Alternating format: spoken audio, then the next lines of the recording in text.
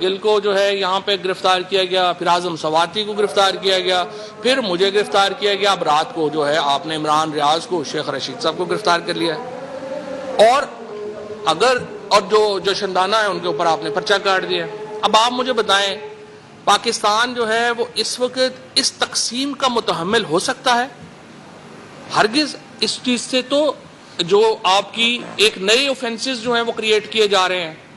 پہلے جناب اپنا وہ تھا کہ توہین حکومت ایک غداری ہے، پھر پتہ چلا جی توہین الیکشن کمیشن بھی غداری ہے، پھر توہین جو جنرل صاحبان ہیں وہ بھی غداری ہے، پھر جی توہین فلانا بھی جو ہے وہ غداری ہے.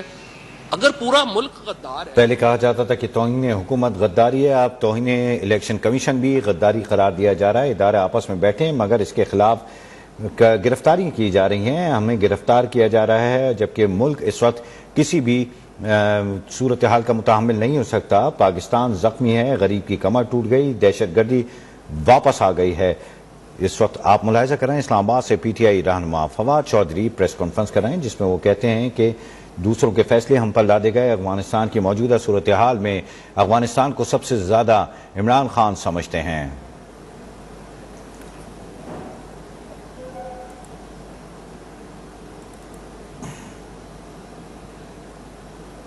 اور اسلام آباد سے آپ کو اہم خبر دیں، جہاں جوڈیشل مجسٹریٹ میں شیخ رشید کیس کی سماعت ہوئی ہے. شیخ رشید کی جسمانی ریمانڈ کے حوالے سے فیصلہ محفوظ کر لیا گیا ہے. محفوظ فیصلہ 4:45 پر سنایا جائے گا. اس سے قبل 8 دن کے ریمانڈ کی استدعا کی گئی تھی شیخ رشید کو، جنہیں رات کو گرفتار کیا گیا تھا.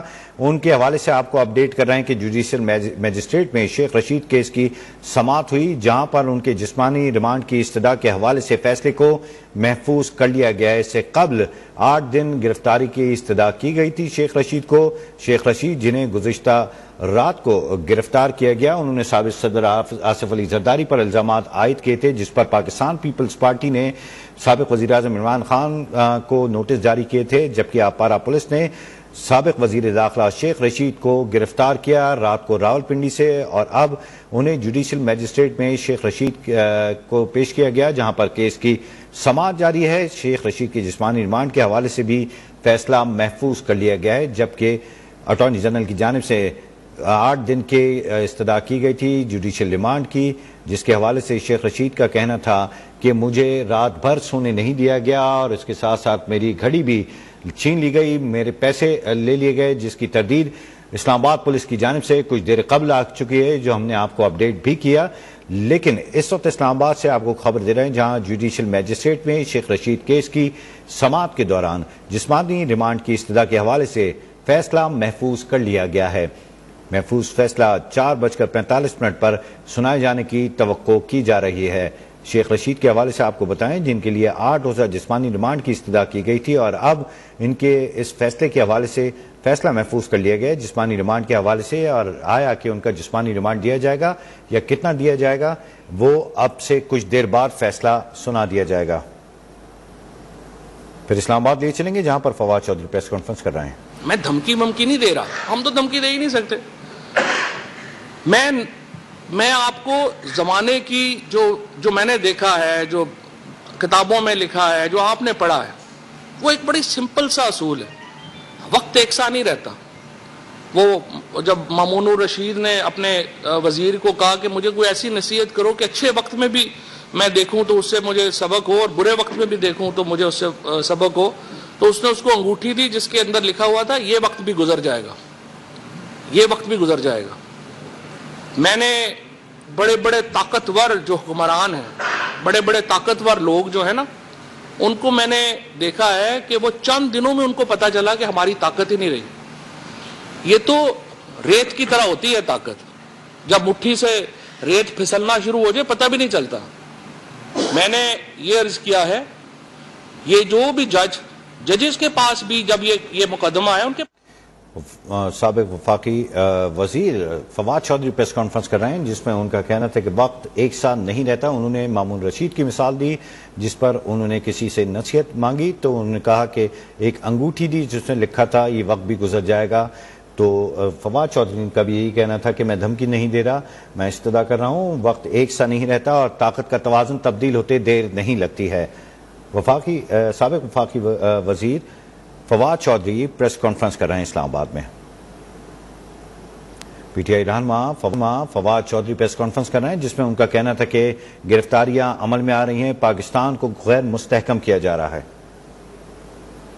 جنہوں نے ابھی تک یہ تاریخ نہیں دی, وہ اگر تاریخ نہیں دیتے تو دونوں کے اوپر آرٹیکل 6 اپلائی ہوگا, اور موجودہ حکومتوں میں لوگ جو شامل ہیں اگر وہ 90 دن کے بعد 91st ڈے کوئی چیز سائن کریں گے وہ آرٹیکل 6 کے مرتکب ہوں گے. اور دیکھتے ہیں کہ سچویشن آگے کیسے چلتی ہے. ابھی تک تو صورتحال یہ ہے کہ نہ ان سے ملک مینج ہو رہا ہے نہ عمران خان مینج ہو رہا ہے, اور عمران خان کو مینج کرنے کے چکر میں انہوں نے ملک کا ہی جو ہے وہ سارا بیڑا جو ہے وہ غرق کر دیا ہے, اور اکانومی اور جو سچویشن ہے وہ آپ کے سامنے آپ کے ساتھ چل رہی ہے. نون لیگ کا اور آصف زرداری کا, نواز شریف فیملی کا کوئی پولیٹیکل فیوچر نہیں ہے, ہمیں ان کا کوئی پرابلم نہیں ہے. مریم نواز جو تھیں وہ جب سے سوئٹزرلینڈ سے سرجری کرا کے آئی ہیں, اتنا وقت انہوں نے گزارا تھا, میرا تو ان کو مشورہ تھا کہ کسی نفسیاتی ڈاکٹر سے اپنا علاج بھی کروا لیتی, سائیکیٹرک علاج بھی ان کا ہو جاتا تو ذرا شاید بہتر باتیں ہوتی. شریف فیملی کا کوئی فیوچر نہیں ہے پاکستان میں. یہ آخری 3 مہینے 4 مہینے وہ گزار لیں, زرداری صاحب بھی 3 مہینے 4 مہینے گزار لیں, جب بھی حکومت آئے گی تحریک انصاف کی نئی اپوزیشن جنم لے گی. پاکستان کے اندر اپوزیشن کی سلاٹ ابھی خالی ہونی ہے, اور یہ میں دیکھ رہا ہوں کہ یہ جس طریقے سے سچویشن ڈیولپ ہو رہی ہے اور کئی لوگ جو ہیں وہ اپوزیشن کو آئے کر رہے ہیں, یہ بالکل صحیح ہے, یہ ایک ڈیموکریٹک پروسیس ہے. اپوزیشن نئی اپوزیشن نے جنم لینا ہے. جو ایوریج ایج ہے اس وقت نون لیگ کے لیڈروں کی وہ 80 سال ہے. ان کے ساتھ تو کوئی ینگسٹر تو کوئی گیا ہی نہیں ہے, لہٰذا یہ جو ان کی پوری سلاٹ ہے یہ خالی ہونی ہے اس الیکشن کے بعد, اور نئی اپوزیشن نے پاکستان میں جنم لینا ہے. یہ لوگ جو ہیں یہ آخری اپنا جو ہے وہ آپ سمجھیے سال سیاست میں گزار رہے ہیں, اور یہ کتنی دیر گزار سکتے ہیں یہ ہم دیکھ لیں گے. اور جہاں تک اس بات کا تعلق ہے کہ ہم کیا چاہتے ہیں, ہم یہ چاہتے ہیں کہ پاکستان کے اندر جو فاصلے ہیں وہ کم ہوں. ہم یہ چاہتے ہیں اداروں کے ساتھ تعلقات ہمارے بہتر ہوں. ہم چاہتے ہیں کہ پاکستان کو ہم ایک مستحکم آئینی مملکت کی طرف لے کے چلیں. ہم یہ چاہتے ہیں پاکستان میں انسانی حقوق کا احترام ہو. ہم یہ چاہتے ہیں پاکستان میں آئین کے مطابق انتخابات کا انعقاد ہو, اور انتخابات کے علاوہ پاکستان میں حل کوئی نہیں کسی کے پاس. آپ جو مرضی کر لیں, آپ کو انتخابات کرانے پڑنے ہیں. فرق صرف یہ ہے کہ آپ نے یہ دیکھنا ہے آپ نے زیادہ نقصان کر کے الیکشن کروانے ہیں, آپ نے کم نقصان کر کے الیکشن کروانے ہیں. آپ کو الیکشن جو ہیں وہ باہر صورت کروانے پڑیں گے. حماد اظہر صاحب سے میں ریکویسٹ کروں گا کہ آپ اکانومی کا.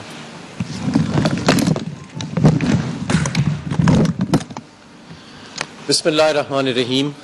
پاکستان کی جو معاشی صورتحال ہے وہ بھی کوئی سیاسی صورتحال سے اس وقت زیادہ مختلف نہیں ہے. آج ہمارے ملک میں جو ڈالر کا ریٹ ہے پاکستان کے روپے کے مقابلے میں وہ 270 کی سطح سے تجاوز کر چکا ہے, اور آئی ایم ایف کا وفد جو ہے وہ پاکستان میں موجود ہے. لیکن آئی ایم ایف کے پروگرام کے علاوہ بھی بہت سارے اقدامات ہیں جو لینے والے ہیں. پاکستان تحریک انصاف کی معاشی ٹیم یہ سمجھتی ہے کہ پاکستان کی ڈیٹ ری پروفائلنگ کی اشد ضرورت پڑے گی اور ہے. اس کے علاوہ یہ ہمارا آئی ایم ایف پروگرام جون میں ختم ہونے کو ہے, اور اگلے سال بھی کوئی 30 سے 35 ارب ڈالر کے ڈیٹ سروسنگ اور پرنسپل ری پیمنٹ جو ہے وہ ڈیو ہے, جس کے financial inflows P D M کی حکومت جو ہے وہ اس کا بندوبست کرتی نظر نہیں آ رہی. لہٰذا ایک اور نیا آئی ایم ایف کا پروگرام جو ہے وہ بھی نیگوشیٹ کرنے کی ضرورت ہے, اور وہ ظاہر ہے کہ کوئی منتخب حکومت کرے گی جس کا رن وے جو ہے وہ اگلے 3 سال کے لیے ہے.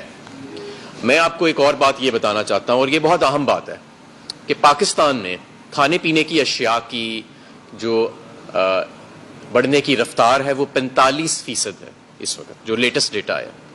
اب آپ دیکھیں کہ آٹے کی قیمت کہاں پہنچ چکی ہے, چکن کی قیمت کہاں پہنچ چکی ہے, سبزیوں کی قیمتیں کہاں پہنچ چکی ہیں, دالوں کی, گھی کی قیمت کہاں پہنچ چکی ہے. اور یہ مزید بڑھنے کا بھی اندیشہ ہے, کیونکہ جو آپ کا روپیہ 80 سے 90 روپے صرف یہ ان 9 ماہ میں ڈی ویلیو ہوا ہے, اور ابھی حالیہ چند دنوں میں 40 روپے کے قریب ڈی ویلیویشن آئی ہے, اس کا اثر 2 ماہ کے بعد آنا ہے. جو کنسائنمنٹس آپ کی 2 ماہ کے بعد آ رہی ہیں. تو یہ آپ کا جو اس وقت پورے ملک کا جو افراط زر ہے جس میں فوڈ آئٹمس کے علاوہ بھی چیزیں شامل ہیں وہ 27% ہے, وہ بڑھ کے اور 35 سے 40% تک چلا جائے گا, جو پاکستان کی تاریخ کی بلند ترین سطح ہے. اور خدا نہ خواستہ ہم کہیں ہائپر انفلیشن کے لوپ میں نہ آ جائیں. ہائپر انفلیشن کا جو لوپ ہے وہ معاشی ماہرین سمجھتے ہیں, اور جو فائنینشیل لوگ میری بات سن رہے ہیں وہ سمجھتے ہیں کہ ہائپر انفلیشن کا جو لوپ ہے وہ ایک بڑا خطرناک لوپ ہوتا ہے, اور اللہ کرے وہ آج تک پہلے پاکستان میں نہیں آیا, اور اللہ کرے کہ وہ ہم دوبارہ اس لوپ کے اندر باقی ممالک کی طرح نہ آ جائیں. ضرورت اس امر کی ہے کہ ملک کے اندر سٹیبلٹی آئے. معیشت سٹیبلٹی کے بغیر نہیں چلتی, اور سٹیبلٹی عام انتخابات کے ذریعے آئے گی. سٹیبلٹی پکڑ دھکڑ کے ذریعے نہیں آ سکتی. سٹیبلٹی لوگوں کو غدار کہہ کے نہیں آ سکتی. سٹیبلٹی آپ کی الیکشنز کو ڈیلے کر کے نہیں آ سکتی. سٹیبلٹی کا واحد راستہ عام انتخابات ہی ہیں, اور ہمیں اسی کی طرف بڑھنا چاہیے اور اسی کی جانب بڑھنا چاہیے. اور میں آپ کو یہ بھی بتانا چاہتا ہوں کہ یہ معیشت جو ہے یہ ظاہر ہے کہ یہ مارکیٹس کے کہتے ہیں کہ نو بڈی کین بیٹ دا مارکیٹ, یہ ایک بڑا فیمس میکسم ہے فائنانس کے اندر کہ the market nobody can beat, تو یہ اس کو آپ اب مارکیٹ کو تو ڈنڈے سے نہیں سیدھا کر سکتے, نہ معیشت کو آپ ڈنڈے سے چلا سکتے ہیں. اور معیشت کا اس وقت جو بحران ہے وہ ہمارے سیاسی بحران کے ساتھ ساتھ چل رہا ہے. تو آئین اور قانون کی بالادستی اور پرامن انتخابات, پرامن انتقال اقتدار, یہی واحد راستہ ہے پاکستان کی سٹیبلٹی کے لیے اور معیشت کی سٹیبلٹی کے لیے. میں آپ کو ایک بات بتاتا چلوں, میں نے آج سے 3 ماہ پہلے آپ سب لوگوں کے سامنے کہا تھا کہ 3 ماہ کے بعد صرف ایک ٹاپک ہی ڈسکس ہو رہا ہوگا اور وہ معیشت ہے. اور اب آپ دیکھیں 3 ماہ پہلے کوئی معیشت ڈسکس نہیں کر رہا تھا, پتہ نہیں کیوں, لیکن نظر آ رہا تھا کہ یہ بحران آ رہا ہے. آج بھی میں یہ بات ری ایٹریٹ کر رہا ہوں کہ ہم ابھی بھی معاشی طور پہ غیر سنجیدہ راستے پہ ہیں, اور یہ پکڑ دھکڑ کا معاملہ, یہ عدم استحکام کا معاملہ, یہ معاملہ ٹھیک نہیں ہے پاکستان کے لیے. جیسے کہ فواد چودھری صاحب نے کہا کہ سدا بادشاہی صرف اللہ کی ہے. جو سیاسی مبصرین ہیں جنہوں نے سیاست کے نشیب و فراز دیکھے ہیں وہ یہ جانتے ہیں کہ یہ ساری چیزوں سے آج تک کوئی حکومت جو ہے وہ مستحکم نہیں رہ سکی. اگر پی ڈی ایم کا خیال ہے کہ وہ ان حربوں کے ذریعے مستحکم رہ جائے گی تو وہ نہیں رہ سکتی. ان کا بیانیہ بھی پٹ گیا ہے, ان کی کمپٹنس, ان کی پرفارمنس لوگوں کے سامنے آ گئی ہے. تو اس لیے بہتر ہے کہ ہم جتنی جلدی ہو سکے معاشی محاذ کے اوپر بھی عام انتخابات کی طرف جائیں. ہمارے معاشی چیلنجز دن بدن بڑھ چکے ہیں, اور جتنی جلدی ریسکیو اور اسٹیبلائزیشن اینڈ ریکوری کا کام شروع ہوئے گا اتنی ہی, اور جتنی جلدی اس ملک میں سنجیدہ پالیسیز اور ایک سنجیدہ اکنامک ریکوری پلان نفاذ میں آئے گا اتنا ہی نقصان کم ہوگا. مزید نقصان اب یہ ملک افورڈ نہیں کر سکتا.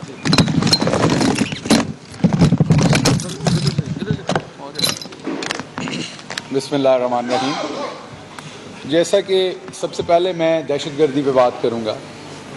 جو ریسنٹلی آپ نے دیکھا جو واقعہ ہوا, جو دل خراش واقعہ تھا, جو ہمارے بہادر خیبر پختونخوا کے پولیس کے جوان اور افسران کے ساتھ ہوا, دل دہلا دینے والا واقعہ ہے.